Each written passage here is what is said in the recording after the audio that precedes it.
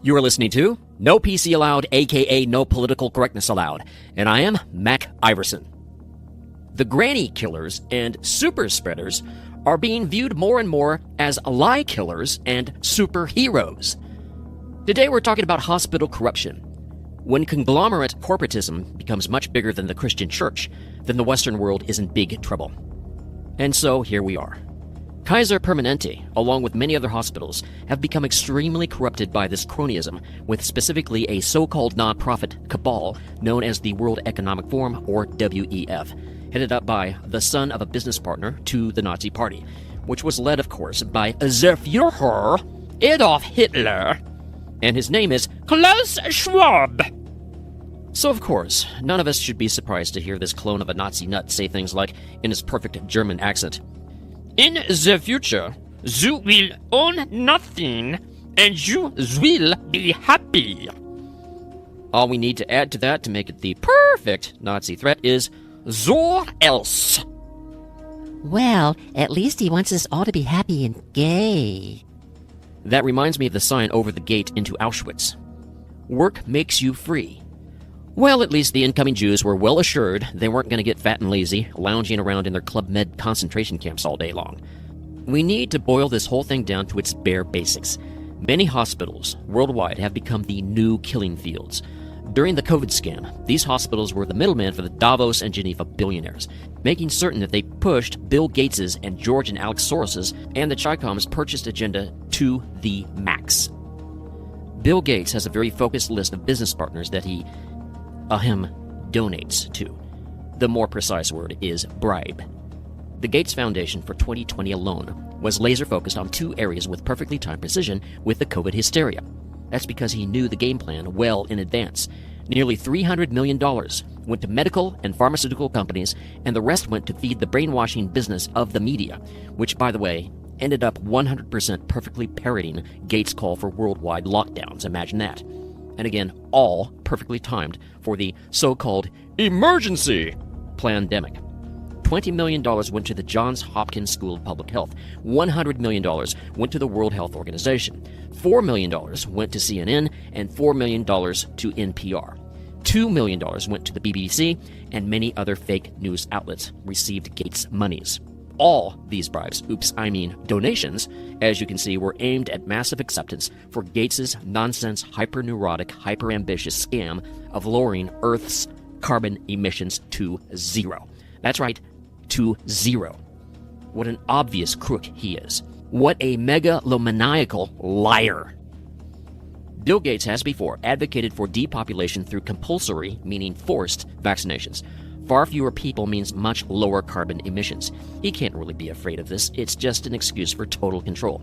His business partners, the Chi-Coms, are obsessed with this as well. You may ask, what does a dangerous, even murderous COVID shot have to do with depopulation? Are you kidding me? Gates' dad was a Margaret Sanger groupie, founder of Planned Parenthood, whose main goal was to limit the number of blacks being born. He, too, was obsessed with controlling the world's population. Well, the nut didn't fall far from the tree, did it? The WEF's list of members is a who's who of some of the dirtiest, low-life political hacks that you can imagine. If Bill Gates, Gavin Oldscum, and his evil twin Justin Trudeau are on that list, you can just imagine the entire Star Wars bar scene cast of weirdos dressed up in suits and ties who show up there as well in Davos every January. This from Roger Coops in the Epoch Times. Jeremy Farrar of the Wellcome Trust recently wrote an article for the WEF. In this article, they proposed that the way to fix the problem of antibiotic-resistant bacteria is via a subscription service. That is, you pay a fee, and when you need an antibiotic, presumably an effective one will be available for you. My guess is that they have the same philosophy for vaccines, and that certainly seems to be the approach with the coronavirus. Keep paying for and taking boosters. In view of this philosophy, the vaccine mandates make sense. Get society addicted to an intervention, effective or not, and then keep feeding them. This becomes especially effective if you can keep the fear going. This approach is so short-sighted from a scientific viewpoint, it astounds me. But, like much of recent history, I think science has little to do with it. The goal is not scientifically founded, but control-founded. Unquote. This leads us to the new normal. Just in case no one wants to buy into these pandemic lies in the future, if instead people are actually made sick buy the shots and never-ending boosters, then convincing them to take the shots won't matter that much anymore, will it? If they don't take them, they will die quickly as opposed to a bit slower if they take all the boosters. Growing numbers of chronic morbidities will be the new normal for younger and younger people with each passing generation. This is how Gates' dream of controlling and lowering the population will come true, or so he schemes. It sounds outlandish, but millions of people have been sacrificed by hospitals that have essentially turned into killing fields. How else can you explain the fact that, despite knowing the standard of care for COVID was a death sentence, since May 2020, just a few months into the pandemic, they're still mostly using it to this day? It is a deadly form of mass psychosis that comes from the censorship that hides their brazen evil. This from The Epic Times by Joseph Mercola. By 2020, it had become apparent that the standard practice of putting COVID-19 patients on mechanical ventilation with ventilators was a death sentence. Between 50% and 86% of COVID patients placed on life support ended up dying. The matter becomes even more perverse when you consider the fact that many air quotes COVID cases were patients who were merely tested positive using faulty PCR testing. Hospitals also received massive incentives to diagnose patients with COVID and put them on ventilators, unquote. How much money? Amounts varied, but multiple governmental incentives allowed for many hospitals to receive some $100,000 per death or more, just as long as it was marked as a COVID death, which meant hospitals lied about COVID causing the deaths.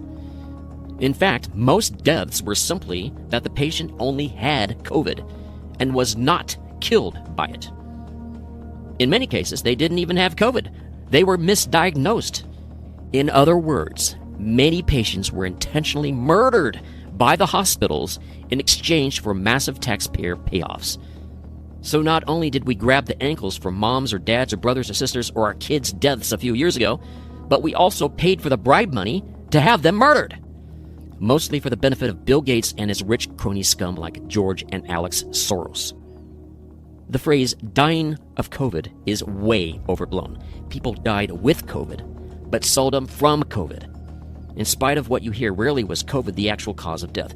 Those who made the mistake of taking those shots are much sicker with worsening chronic conditions now than those who refused the jabs entirely. And the numbers show that far more people who took these shots died with COVID in their systems than those who refused these shots. What delicious irony. Those who most wanted the curse of the COVID shots for the rest of humanity were the ones who suffered most from the curse of the COVID shots themselves. You talk about what goes around comes around. The problem comes down to a massive mistake that was made regarding Big Pharma. Vaccine makers are immune from lawsuits. That's a perfect storm for corruption and blind greed. And for an industry that should be full of people who simply want to help others get well, that makes this entire mafia-created nightmare especially grimace-inducing. The grimace of the skull and crossbones. A perfect example of this benevolence, long before big money corrupted the health scare industrial complex, is the story of the invention of insulin. Its patent was sold for $1. $1. Simply because the inventor's hearts and minds were mostly focused on helping people better manage diabetes.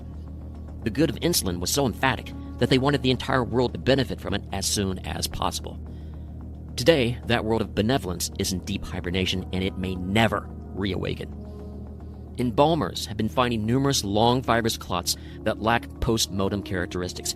In early 2021, huge numbers of COVID-jabbed children were dying, dropping like teardrops from heaven. This news has been largely hidden even by Fox News. They won't talk about it or barely mention it.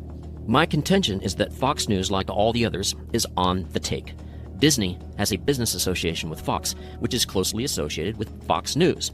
So they played China's game of not saying anything that would be offensive to the communist fascist Chinese power structure because China could then boycott Disney films.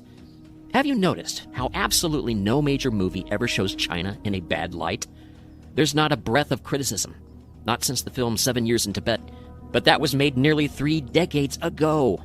This is how it works. China entices the billionaires to invest in schemes which benefits China but hurts their enemy, which is basically the rest of the world. Billionaires buy the papers or public sentiment. So what if Trump won? That just means they have to be patient for a few years. These filthy rich will never admit defeat because that would mean that they lost big on a very bad, very expensive investment.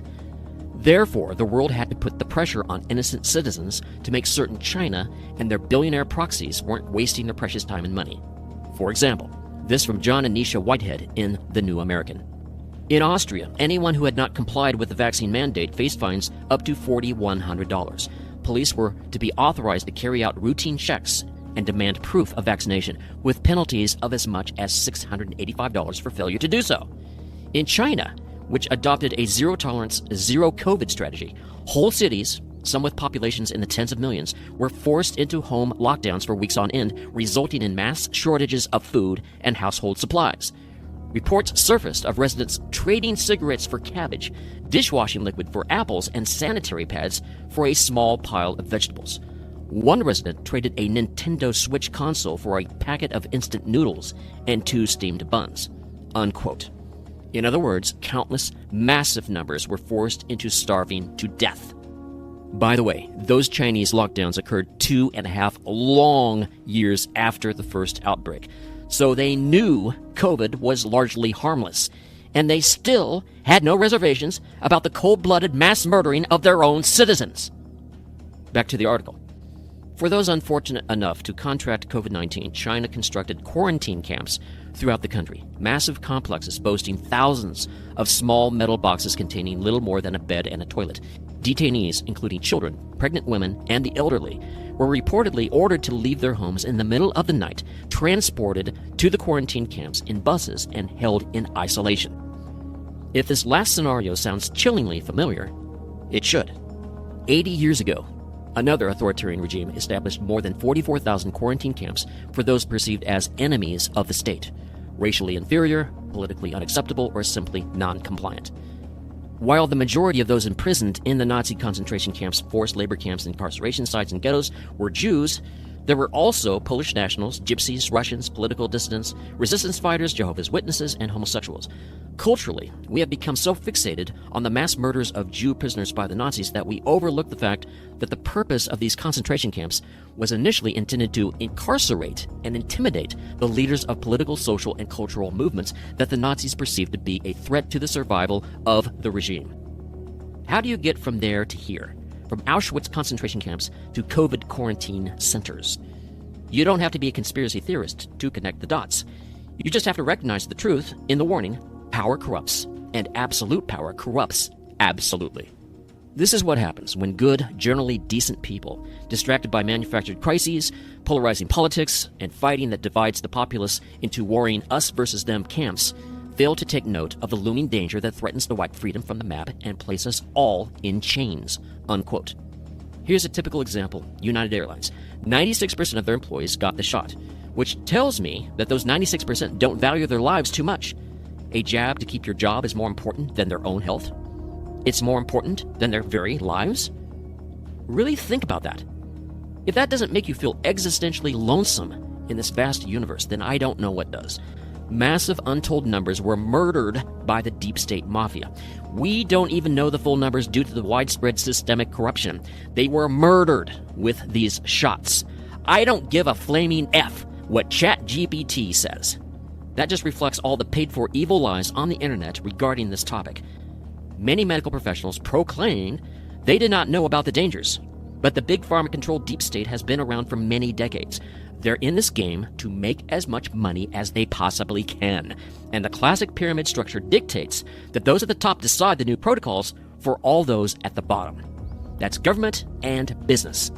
It just goes to show you what the totalitarian power wielded from endless drug commercials on TV can do to brainwash and erase one's survivalist instincts. The COVID jab was rammed through in just a few months. No one in their right mind should ever take that dangerous drug without the indispensable test of time that all other drugs must go through. And for a silly little trumped-up coronavirus that was never that deadly anyway, is just an unbelievable overreaction. I don't care that Trump endorsed the jab. Shame, shame, shame on him for doing so, self-admitted germaphobe that he is.